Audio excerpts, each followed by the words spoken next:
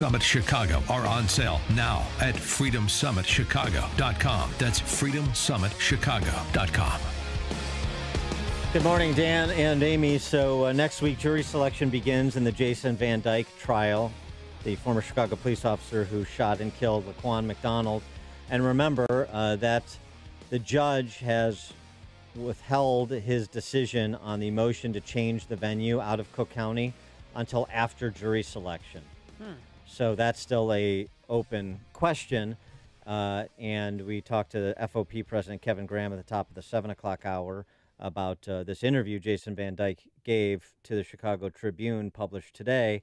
First time he's talked about the shooting since it occurred 4 years ago. Yeah, and what he said that, he talked about that night. He came home, the magnitude of what happened, quote, "I remember coming home and just sitting down in the shower until the water went cold, and even then, I couldn't get out." And he went on to say that he prays every day for McDonald's family, and he's a devout Catholic, and he says, "I offer up a rosary every day."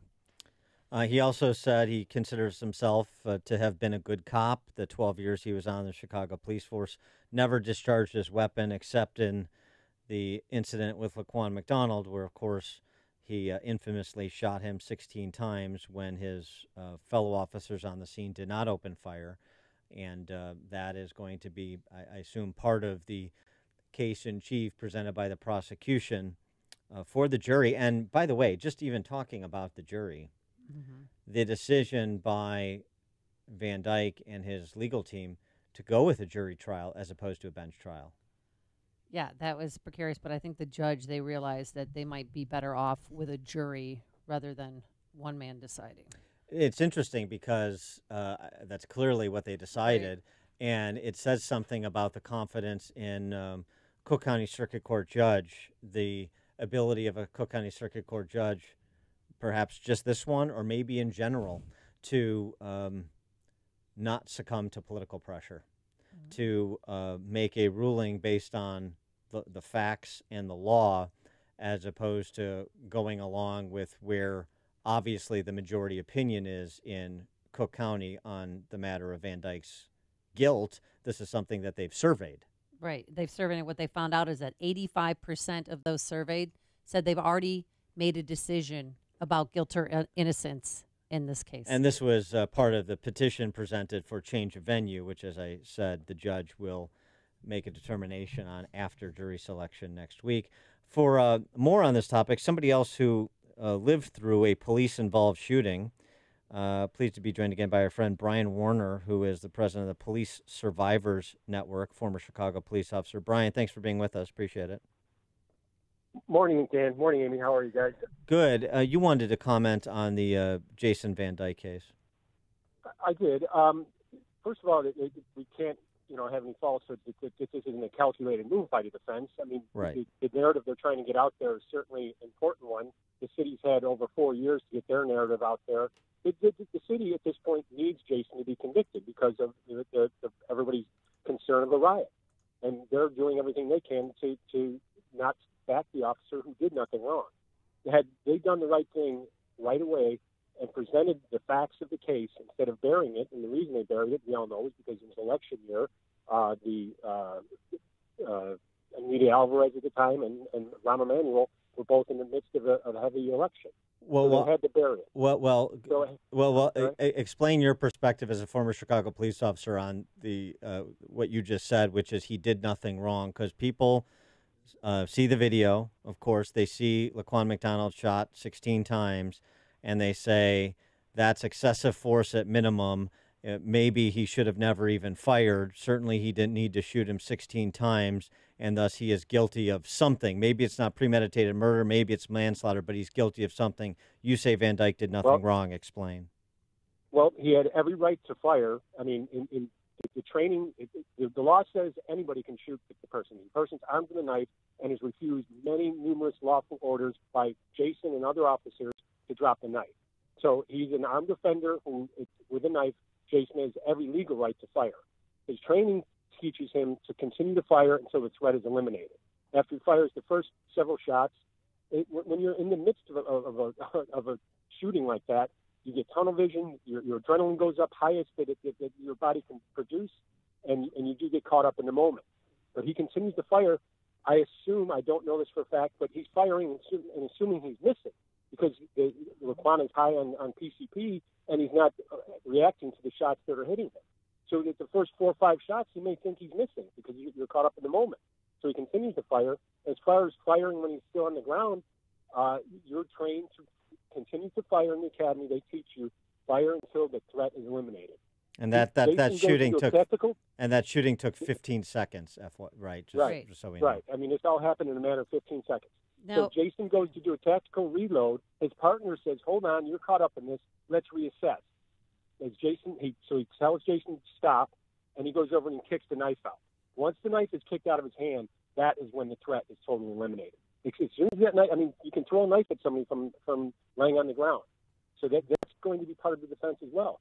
He is taught. You want to talk about retraining officers and when they can shoot and then de-escalation? We can do all that. But you cannot prosecute Jason and ruin the rest of his life and take the father away from the children because you taught him to do these things or you trained him to do these things and the law says he can do them.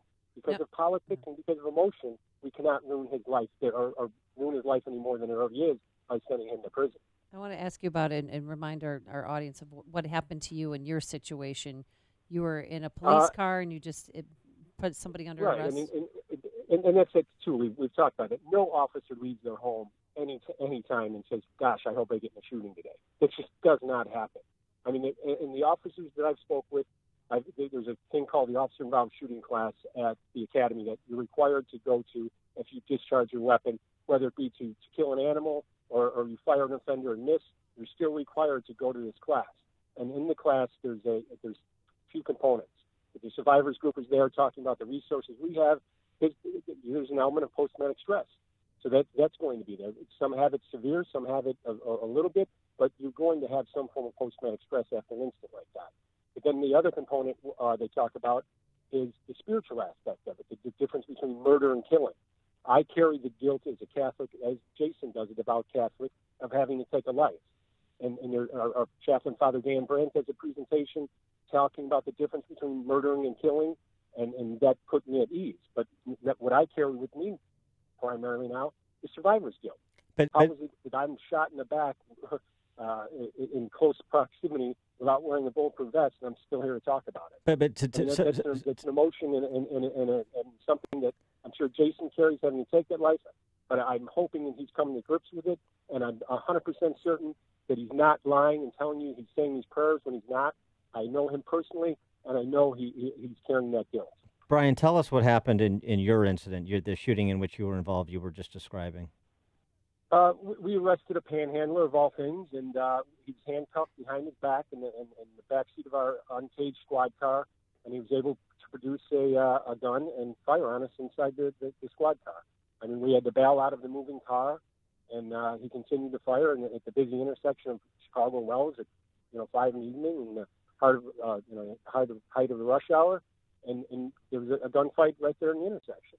And again, I get emotional just thinking about it. And it's any police officer that's gone through something like this, people don't realize. The poor officer that had to shoot the barber. We've talked about that. It's a young kid just out of the academy who did his job, did everything that was expected of him, did to his training and everything. But still, people watch that video and are going to crucify him and prosecute him before anybody even has the true facts. That's another curious thing to me. Everyone can get everything they need from one grainy black and white dark video and make the decisions that they need on the Jason Van Dyke case because that's what they want to see.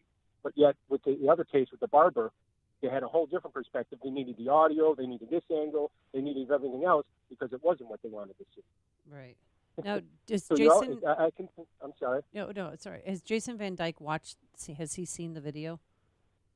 I'm sure he has, and it's unfortunate because, it's part of the investigation that I was forced to watch the video, and I recommend when I go to the officer-involved shooting class, and I tell the officers, I said, if you have to watch it once or twice because of the investigation and testifying and whatnot, I said, but don't make a habit of watching it. I overwatched it, and it really weighed on me because I analyzed it, and it's still emotional. What do you think Chicago police, in conjunction with Chicago's political authority, should be doing and saying in advance of this trial, if anything? Well, there was another high-profile shooting, and the state's attorney's office did this wonderful presentation, did all the facts, went out there and showed. I mean, it's probably too late now because of the trial. I mean, and he's been charged, but he should have never been charged. But now they should be asking for calm. They should be starting all the relationships they have with the ministers and everybody out and with boots on the ground in these communities where a lot of the upheaval will happen. You have to get to those people and say, hey, this is what really happened. If you're angry with it, there's a process to go and change laws and change training.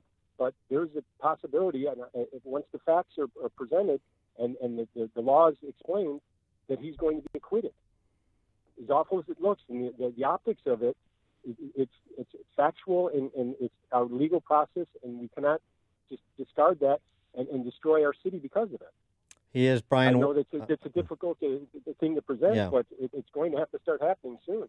He is Brian Warner. He's the president of the Police Survivors Network, former Chicago police officer. Brian, thanks for joining us. Appreciate your perspective. Thanks, guys. Have a wonderful day. Keep law enforcement in your prayers. Will do. Thanks, Brian. And he joined us on our turnkey.pro answer line.